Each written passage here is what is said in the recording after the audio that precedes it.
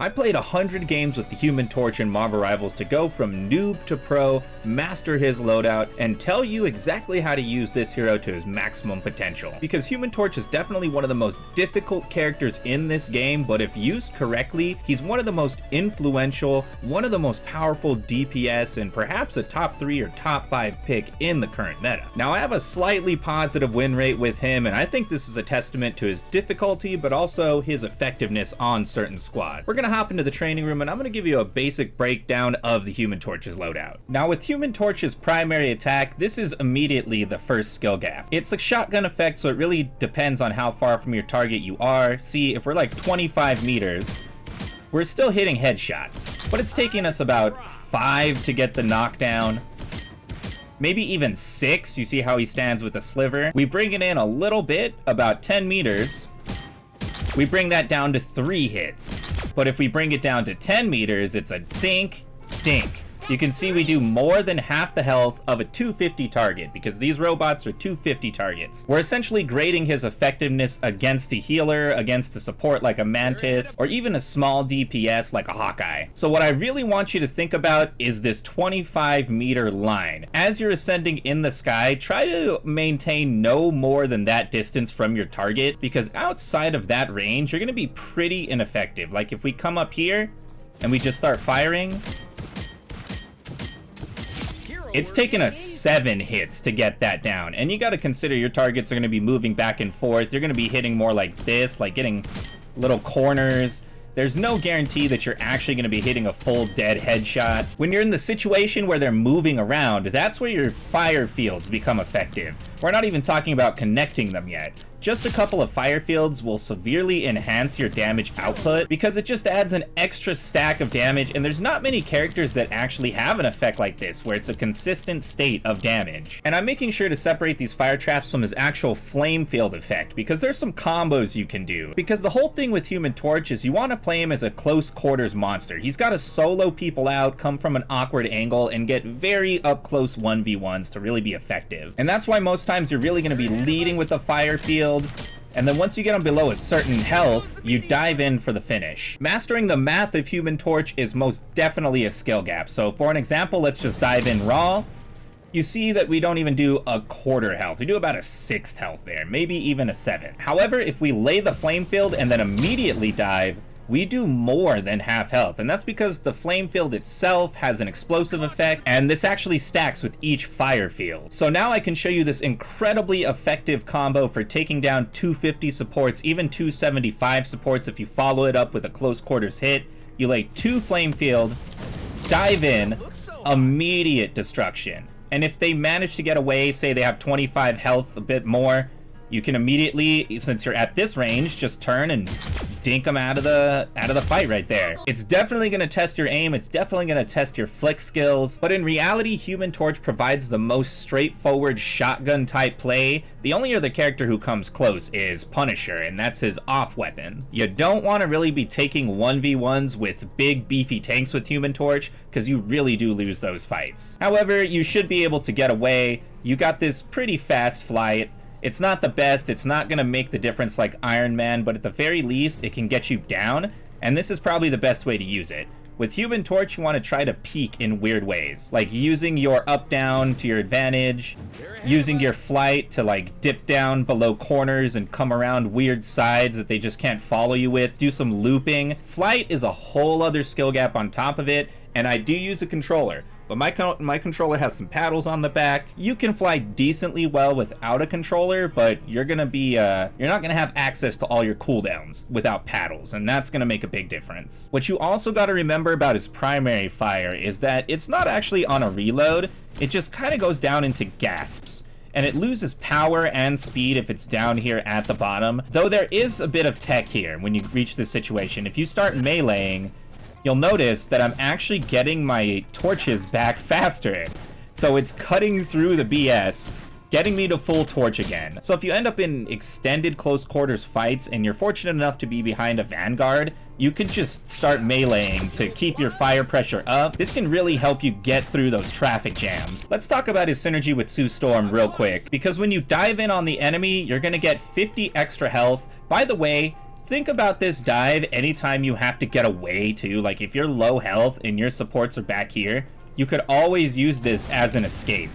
You see how much distance you covered? It's a utility. But talking about the F4 cooldown, it's gonna provide you a bit of health regeneration, but it's only for 5 seconds after you activate it. And once that cooldown reaches 20, you're gonna stop regenerating health, and that's very important to note because it means you can't go forever off of this health regen, and the health regen isn't even that powerful to begin with. But you could always be stacking it on these dives. If you're going boom, boom, dive in, 300, you start getting hit here, and you're regenerating, staying at 250 that whole time. So even when you lose the health from your dive in, you'll still be pretty dang healthy for the rest of the attack. Now, briefly talking about his fire fields, because this is all kind of interpretation. There's no definitive situation. Ideally, you want to get 4 of his fire traps down before you create a box. This is like the best arena you could possibly hope for. We're getting ASMR here.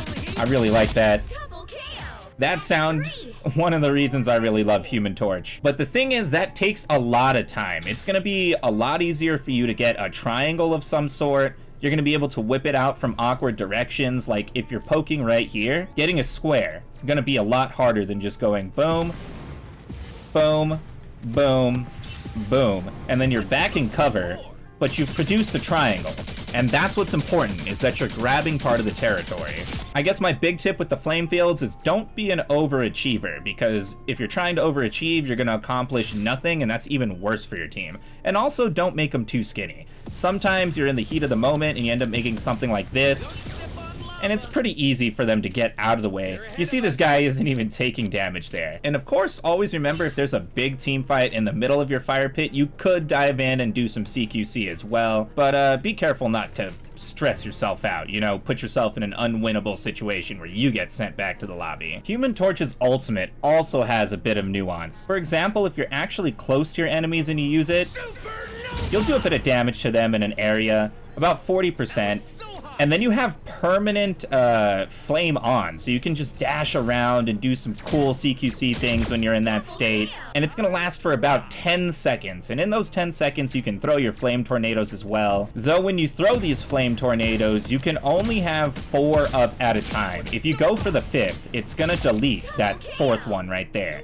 It's got a maximum. And then when you're done with it, if you start throwing flame traps, it's actually going to take down your tornadoes before they ran out of time. Actually, you probably don't want to start using your fire traps until your tornadoes have run out. You want to let them get their maximum potential, but again, this is all things you have to grade in the moment. There is a lot of decision making with Human Torch, one of those things that makes him so effective but so high skill. And personally, I enjoy those characters that have a lot of decision making within them. They're the ones that really attract me, because if there's any carry heroes in Marvel Rivals, it's going to be a hero like the Human Torch, or like the newly released Blade. Now, unfortunately, he lost his synergy with Storm, so they no longer combine the Hurricane with the Fire Tornado. That was pretty cool. Something only Marvel Rivals OGs will remember in about a year. But he has a synergy right now with the Thing, and this is the last thing I want to talk about, because it is actually a little janky. Just know when you grab this guy, he's going to immediately take you to Skybox.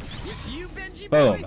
And then you're going to start flying. That means this is going to be very hard to use in interiors, and you're going to have to dive quite severely, quite sharply. And you're only going to fly for about 7 to 10 seconds, maybe. You're probably going to have to leave spawn room, go a little bit off to the side, hit a flank or something, because if you don't actually hit it, you're going to be stuck in a 30-second cooldown. And something about this Thing bot, he just bugs. He really wants his uppies. Yes, I'm going to get you in the sky. Here we go again. Let's give it an example. Boom! And after you throw him in, you can throw your fire traps, follow up, do your combos, overdrive.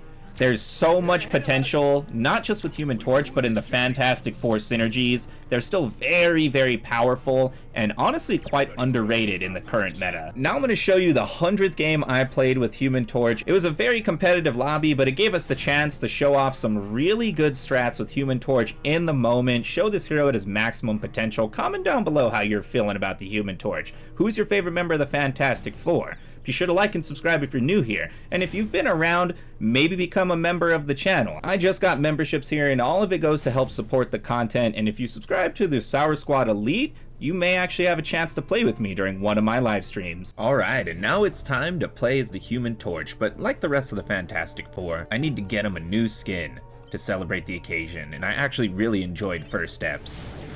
And this look with the turtleneck, long sleeves, I think it's actually pretty fire. I don't see this one enough on the battlefield, and of course, the number one. Because we might actually be the number one Human Torch on controller in my bedroom.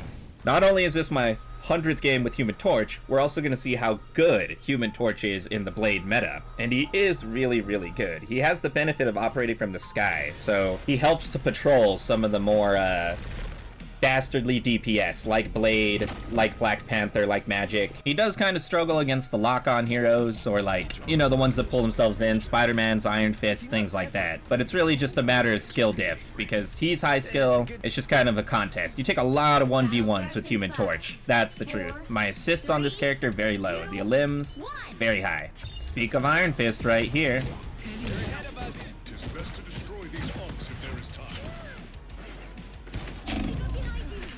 And then I'm too high in the air, so I gotta go down. I just gotta protect my guys, because it's not working.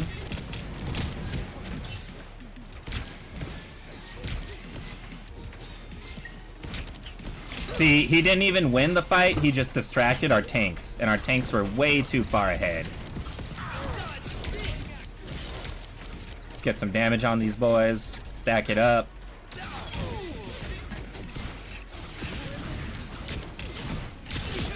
There we go. Oh, man. We got the Iron Fist, but Hawkeyes.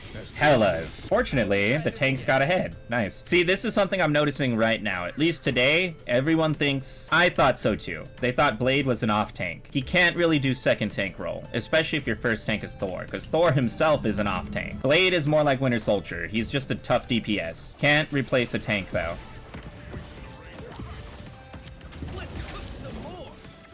We're cooking now, boys. I didn't make the bad joke. Johnny Storm did.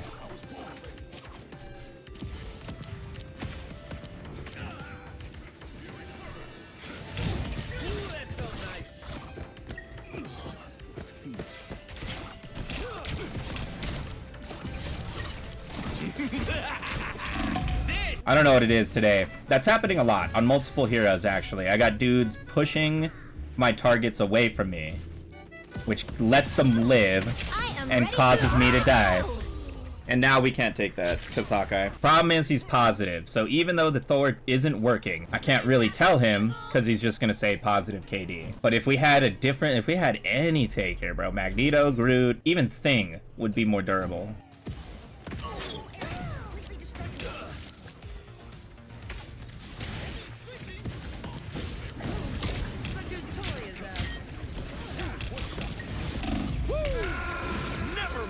Oh, there's no way. I just missed the Cloak and Dagger ult. She popped it right as I died. Come on, bring it back. We gotta lock in. We just gotta be isolating this Hawkeye, giving him harder fights.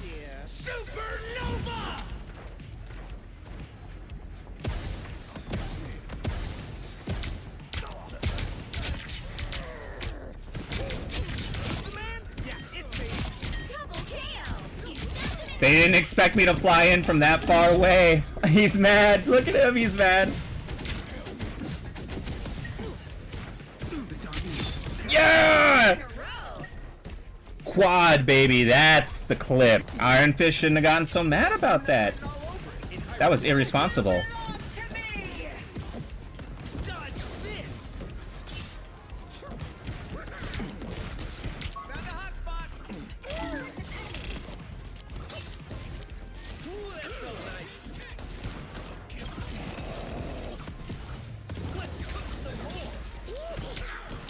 I'm doing those too thin. I need to do those wider.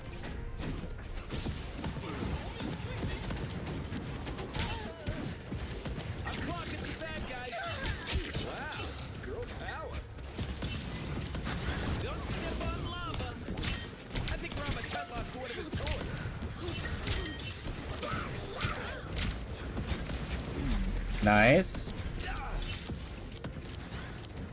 Oh, that blade is so tempting, but I feel like I lose that fight up close, dude. He wants me to get closer. And then he's gonna do that spinneroonie on me like he's Booker freaking T.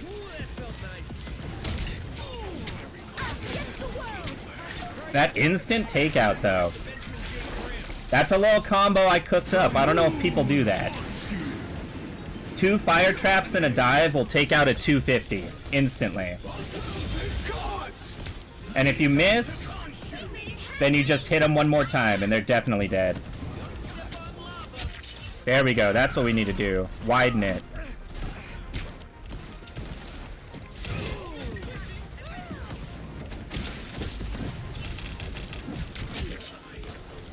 See, what I did there, a trick to handle someone like Iron Fist is to get low to the ground. And layer fire traps. Force the Iron Fist to fight in your fire trap and take residual damage. I might die. I might die. Specifically Iron Fist because he auto-aims at you. So if he wants to keep attacking you, he has to fight in the fire. He throws himself on his own sword because Iron Fists are kind of brain dead. They always do.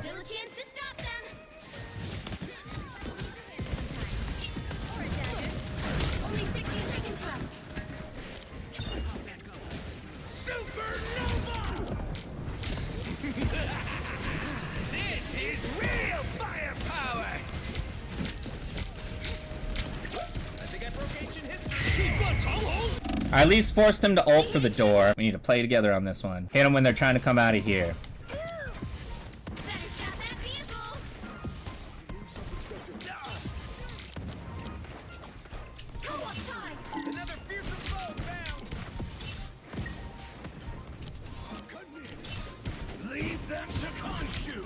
Nice. Dead.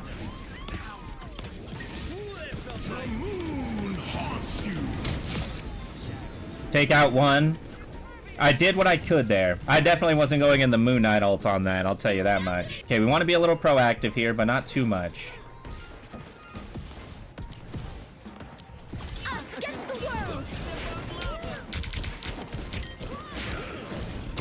He's a good teammate. He actually comes in.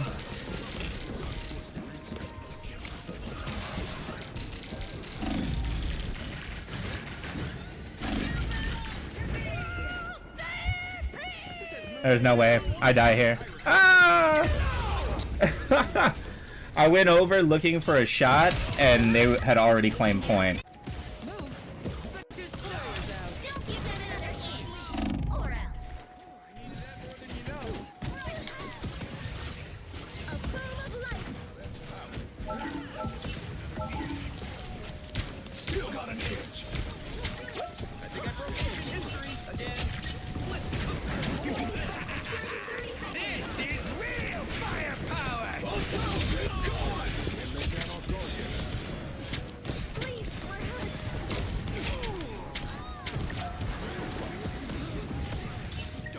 Yes!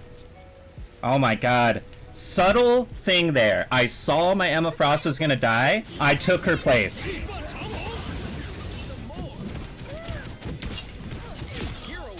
I saw my Emma Frost was gonna die. I literally got in the way of the blade, put my body on the line. Some Johnny Storm ass shit. She survived. We won the fight, won the game. That's what a superhero does, guys. That's what a superhero does. Again, another tough game, but a great game for the 100th game. Let's go, boys. Let's go, boys. Now I don't regret buying that skin.